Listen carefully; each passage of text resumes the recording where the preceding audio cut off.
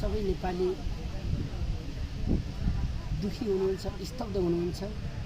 किनभने विपिन जोशीमा यति पीडा किन भयो भने अस्ति भर्खरैसम्म ल अब आउने विपिन जोशी जिउँदै हुनुहुन्छ, उहाँ सकुशल हुनुहुन्छ, उहाँ यसरी फेला पर्नुभयो, उहाँ यस्तो हुनुहुँदो रहेछ, अब यति हप्तामा आउने भन्ने जुन एउटा समाजमा एउटा सञ्चार प्रभाव भइरहेको थियो, एक्कासी उहाँ जिउँदो हुनुहुन्न भनेपछि त्यही त हो नि सबैभन्दा ठुलो चोट नेपाली समाजमा।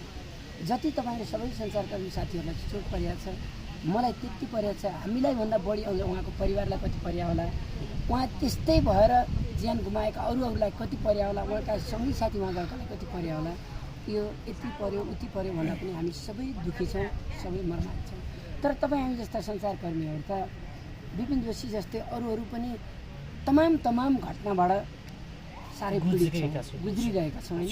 त्यस कारण यस्ता घटनाहरू जस्तै नेपालमै भए त कहाँ के हुन्थ्यो बेलुकासम्म परिवारलाई थाहा हुन्थ्यो होइन। अनि हुन त